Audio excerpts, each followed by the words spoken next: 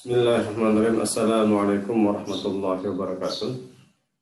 Alhamdulillahirabbil alamin wassalatu wassalamu ala asyrafil anbiya'i wal mursalin sayyidina wa maulana Muhammadin wa ala alihi washabbihi ajmain, amma ba'du.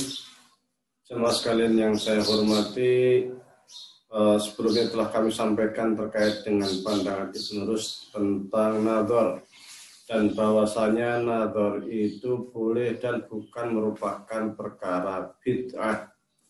Kemudian Ibnu Rushd di dalam kitabnya Faslul Maqal fi ma bainal hikmah was syariah wal ittisal, beliau menyampaikan bahwasanya nadhar ini perlu sarana.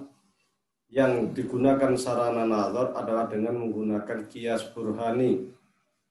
Menurut Ibnu Rushd, yang dimaksud dengan qiyas burhani itu adalah qiyas Aristoteles. Apakah belajar qiyas Aristoteles itu dibolehkan? Sekali lagi beliau mengatakan boleh. Kemudian beliau juga mengatakan bahwasanya semua cabang ilmu, termasuk di antara adalah ilmu logika, itu tidak ada yang datang begitu saja. Tidak ada sebuah cabang ilmu yang datang langsung dengan kesempurnaan.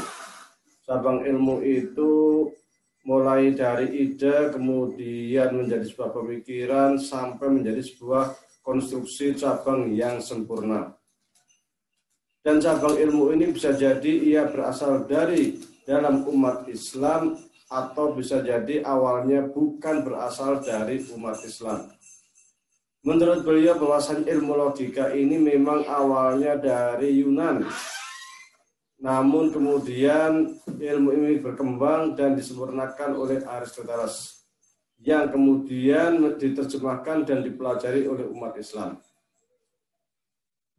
Kemudian beliau menyatakan bahwasanya mempelajari ilmu ini ketika ada hal-hal yang baik, meskipun ia bukan dari non-muslim, meskipun ia berasal dari kalangan filsuf Yunan, namun ketika ada yang baik maka hendaklah kita terima. Adapun yang tidak sesuai dengan kita, maka hendaklah kita tolak, karena ilmu ini sifatnya pemikiran dan ia terpengaruhi oleh seorang yang meletakkan cabang ilmu tersebut. Maka belum mengatakan jika cabang ilmu ini sempurna, jika cabang ilmu ini sesuai dengan hukum Islam, dengan syariat Islam, kita terima. Jika ada yang tidak sesuai, itulah kemudian yang kita tolak. Beliau juga mengambil contoh bahwa kita boleh belajar dari umat-umat sebelumnya, memberikan contoh terkait dengan pandangan beliau mengenai ilmu astronomi. Bahwasanya ilmu astronomi terkait dengan gerakan bulan, gerakan bintang, gerakan matahari, menurutnya merupakan ilmu yang juga sudah ada jauh sebelum umat Islam datang. Namun demikian, menurut beliau, umat Islam mempelajari ilmu-ilmu tersebut itu dibolehkan, meskipun itu datang dari luar Islam, dipelajari oleh orang luar Islam, dan sampai kemudian kepada umat Islam. Selama itu baik dan sesuai dengan hukum Islam, hukum syariat, maka ia dibolehkan. Boleh mencontohkan tentang ilmu yang mempelajari jarak antar bintang, jarak tentang antar planet, besarnya matahari. Kalau di buku ini di zamannya Ibnu Rushd, itu dia masih mengatakan bahwasanya besaran matahari itu 150 kali besaran bumi menurutnya. Nah, ilmu-ilmu seperti ini memang selalu berkembang, dan awal-awalnya sebelum umat Islam datang ini sudah ada, dan kita dibolehkan untuk mempelajari ilmu-ilmu tersebut. Dan tugas umat Islam adalah menyempurnakan. Tentu kondisi Ibnu Rushd di zamannya dengan kondisi sekarang sudah berbeda.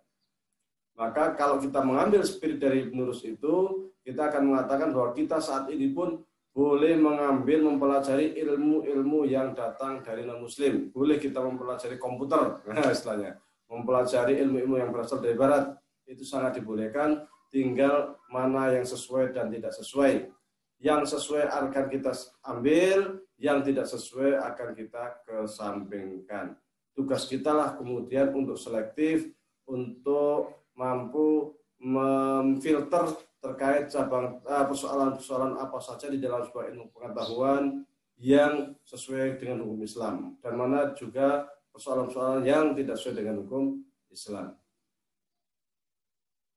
Kemudian menurut Ibnu Rus, bahwasanya kita mempelajari cabang-cabang ilmu tadi itu tujuan utamanya adalah nazar, untuk melihat, untuk berpikir terkait dengan al-mawjudat, terkait dengan hal-hal yang ada di dalam fisik. Namun sesungguhnya menurut Ibnu Rus, bahwasanya tujuan utama kita itu adalah untuk mengetahui tentang adanya Allah. Jadi ketika kita mempelajari ilmu pengetahuan, bukan sekadar untuk pengetahuan, tetapi kita mempelajari ilmu pengetahuan itu untuk menambah iman kita kepada Allah Subhanahu wa Ta'ala. Ketika ilmu pengetahuan itu menjadikan sarana kita untuk beriman, maka sesungguhnya ilmu pengetahuan itu memberikan manfaat bagi kita, memberikan pencerahan bagi kita, dan kita tidak menjadi orang sekuler. Kita tetap percaya bahwasanya sepandai-pandainya manusia, bahwasanya seindah-indahnya manusia itu sesungguhnya ada Sang Pencipta. Kita juga akan mengetahui bahwasanya di balik alam maya ini, di balik rahasia alam ini ada Sang Pencipta. Jadi menurut Ibnu Rus, kita diminta untuk belajar sains, kita diminta untuk belajar ilmu pengetahuan, dan ketika kita sudah mampu menguasai ilmu pengetahuan itu, maka tujuan akhir daripada nadhariah kita, tujuan akhir daripada pelajaran kita, ilmu kita hanyalah untuk mengesahkan Allah Subhanahu wa Ta'ala, dan pada akhirnya kita gunakan untuk menyembah Allah Subhanahu wa Ta'ala. Jangan sampai ilmu pengetahuan itu justru sebaliknya menambah kita kufur, menambah kita mulhid, menambah kita tidak percaya sama Allah Subhanahu wa Ta'ala. Ilmu-ilmu seperti ini, ilmu yang sekadar tidak menambah keimanan, ilmu yang justru menjadikan seseorang kufur, ini adalah ilmu yang tidak bermanfaat, ilmu yang justru akan melaknat kita sendiri. Naudzubillah, jangan sampai ini terjadi. Maka kita selalu berdoa, ya Allah, berikanlah saya ilmu yang bermanfaat. Allahumma inna nas'aluka ilman nafi'an. Dan kita juga selalu berdoa supaya kita ditambahkan ilmu pengetahuan. Rabbi zidni ilma, ya Allah, tambahkanlah saya itu ilmu pengetahuan. Wallahu a'lam wa billahi taufiq wal hidayah. Assalamualaikum warahmatullahi wabarakatuh.